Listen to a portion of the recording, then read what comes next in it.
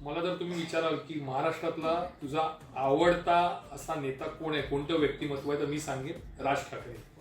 मात्र राज ठाकरेंची सध्याची जी भूमिका आहे ती पाहिल्यानंतर मला असं वाटतं की खरंच राज ठाकरेंना आता निवडणूक लढवण्यात इंटरेस्ट राहिलेला नाही का, त्यांचा आत्मविश्वास डगमगलाय का, कारण त्यांनी लोकसभेला बिनशर्त पाठिंबा दिला, त्यानंतर आता विधानसभा परिषदेतूनही त्यांनी माघार घेतली.